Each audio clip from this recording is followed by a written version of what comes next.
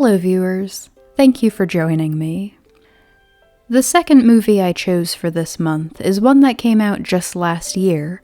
There have been a lot of interesting standalone movies being announced lately. They're kind of piling up on my to-watch list, so maybe I'll do another movie month over the summer or something. In any case, I love the promise of a good, dramatic friendship story, so this one's had a little more weight there at the back of my mind ever since I first read the synopsis for it. Drifting Home introduces us to Natsume and Kosuke, two kids who are about to head into middle school and who used to be really close. Not just best friends, but essentially family.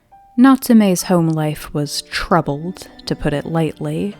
Her earliest memories are of her parents fighting. They divorced when she was young. Her dad seems to be out of the picture completely, and her mom also went off on her own to focus on her work, apparently.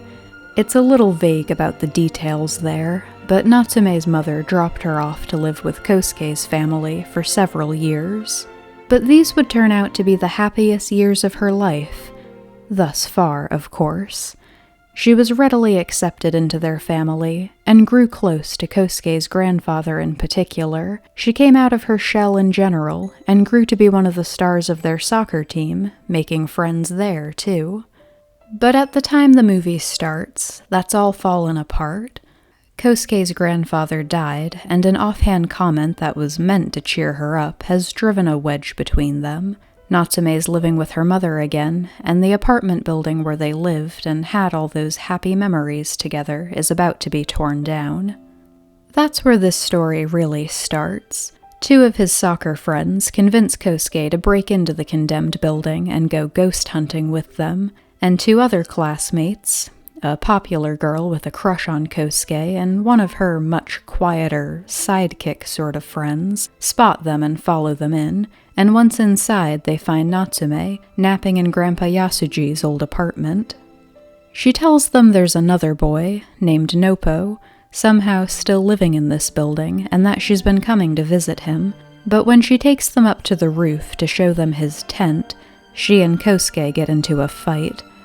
A lot of ugly emotions rear their heads. Kosuke accuses her of inventing Noppo as a way of not having to grow up and let go of this place. But a storm starts up just as things are getting really bad, a downpour so strong they can't see through it. Once it's passed, they find the whole building mysteriously adrift in the ocean, with no way of calling for help. Stranded, these kids have to learn to work together to survive. This may feel a little out of order, but my overall, what would normally be endgame thoughts are where I want to start with this one, because we've already run into the only real flaw I was going to talk about. This is a beautiful movie, but if you're someone who needs concrete explanations to feel satisfied, it may not be for you. We do meet Noppo, a boy so strange the kids originally think he's the ghost rumored to haunt this place. The truth isn't actually that far off. He's the spirit of this building. He watched Natsume and Kosuke grow up, grew very attached to their happiness, and hates to see how they've grown apart. It also becomes apparent that this realm they've wandered into is where buildings go to die, through meeting other spirits and coming across other buildings they recognize as places that were torn down years ago. So there's definitely magic at work here, and enough hints that I don't think anyone would struggle to come up with a plausible answer for the how and why. The movie is just kind of oddly vague about what it actually confirms. But there were only 2 points where that bothered me. The beginning, right after it happened, and the end, where you'd expect to get some answers, but they're a little unclear about even whether any real-world time passed on this adventure.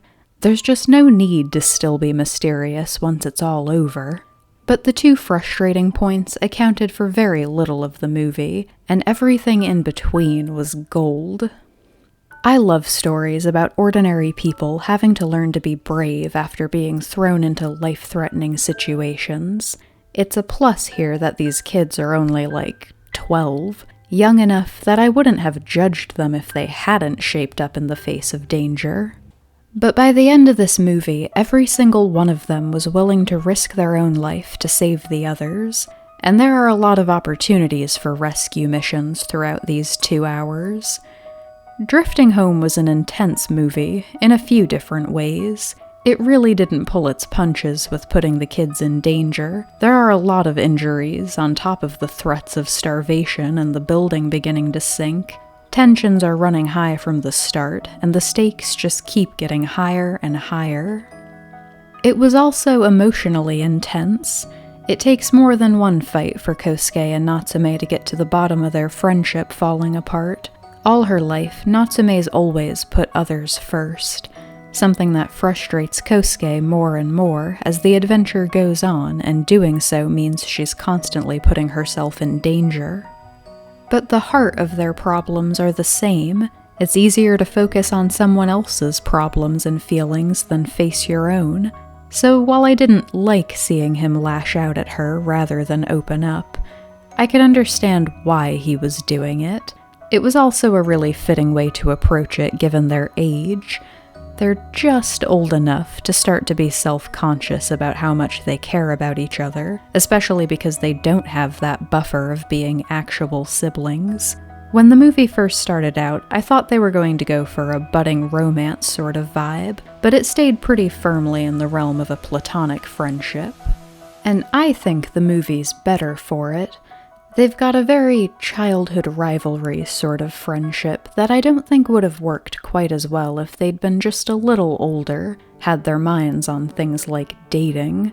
One of my favorite scenes in the movie is one where they're still arguing, but channeling that anger into working together, trying to break open some old vending machines.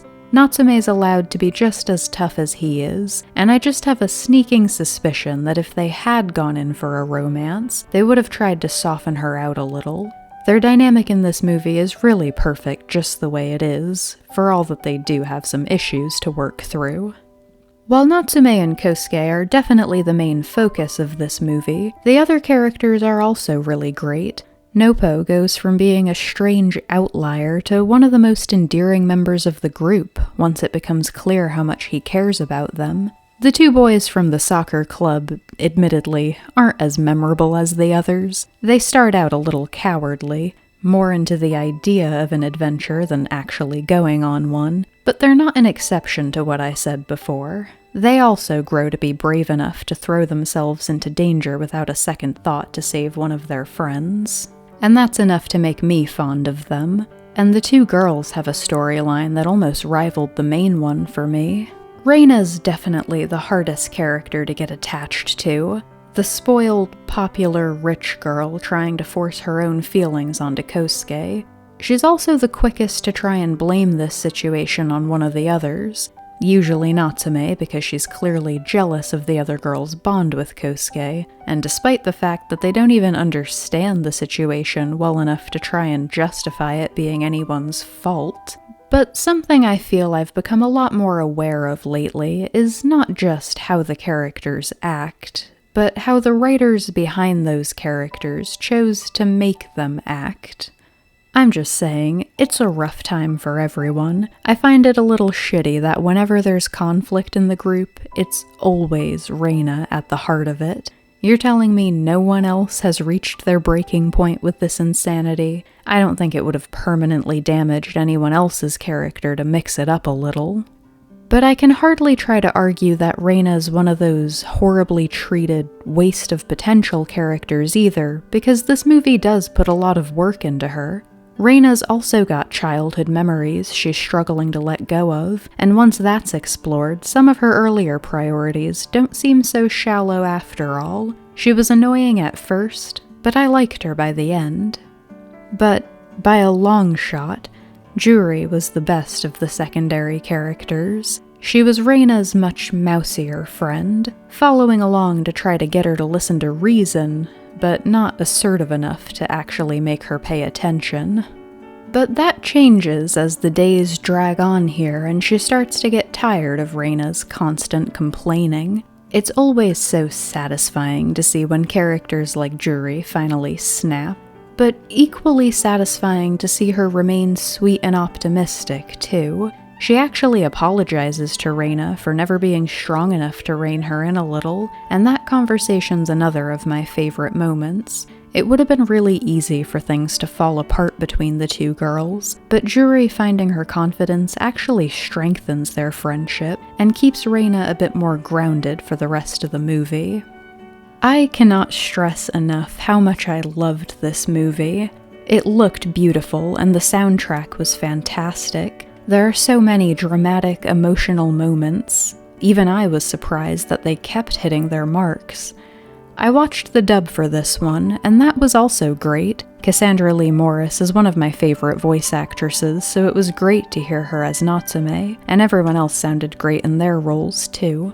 Drifting Home is a story about friendship, grief, apologies, accepting even some of the hardest emotions, and learning to let go of certain things as you grow up, even if you'll keep those things in your heart forever. I have to recommend checking it out if you haven't seen it. I was a little skeptical. The summary made it sound like such a nonsense concept. I never would have predicted it would move me this much. Thank you for watching.